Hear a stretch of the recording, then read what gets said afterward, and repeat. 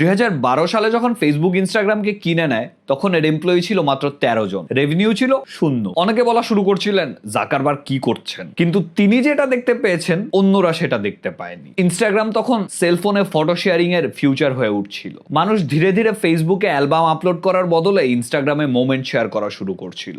বিশেষ করে ইয়াংদের মধ্যে এটা খুব দ্রুত জনপ্রিয় হয়ে উঠছিল। জাকারবার্গ বুঝেছিলেন এটা যদি চলতে থাকে তাহলে ইনস্টাগ্রাম হবে একসময় ফেসবুকের সবচেয়ে বড় কম্পিটিটর। তাই রেভিনিউ নয়, তিনি কিনেছিলেন পাবলিক অ্যাটেনশন। 2 বছর পর 2014 সালে ফেসবুক আবার হোয়াটসঅ্যাপকে কিনে নেয় $19 বিলিয়ন।